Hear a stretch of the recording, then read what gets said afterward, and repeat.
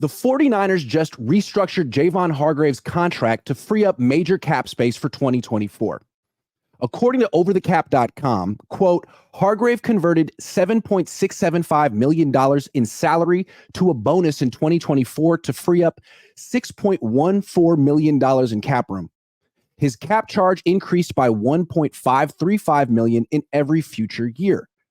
That means Javon Hargrave's cap number in 2024 dropped to $9.27 million, which is completely manageable. And now the Niners have freed up a bunch of cap space to sign other players. In addition, that means that Hargrave's cap number next year has gone up and will be $28.1 million. Does that number kind of sound familiar? And if they want to cut him for whatever reason, they would eat $24.8 million of dead cap space. Does that kind of sound familiar? It's like they just put themselves in the same exact position they got themselves out of with Eric Armstead. Last year, the 49ers restructured Eric Armstead's contract to lower his cap number significantly for 2023 when the 49ers were all in.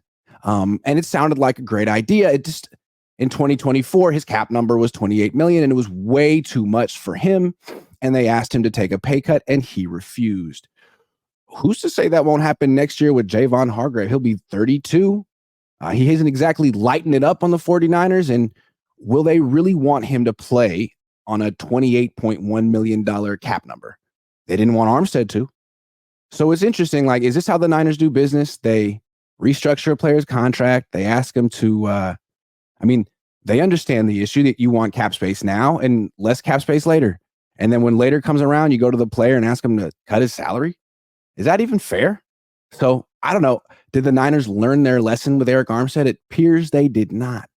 Maybe this is just how the Niners do business. They restructure. They put themselves in a bad situation in the future. And then they ask the player to get them out of the bad situation. And the player refuses. And they just eat a bunch of dead cap space and spread it out over 2 years with a June 1st designation. I don't know. This isn't the best news. I mean, it's great that they created some cap space, but you'd like them to have restructured someone in their 20s. You'd like them to show that they learned something from the Eric Armstead debacle, but they didn't.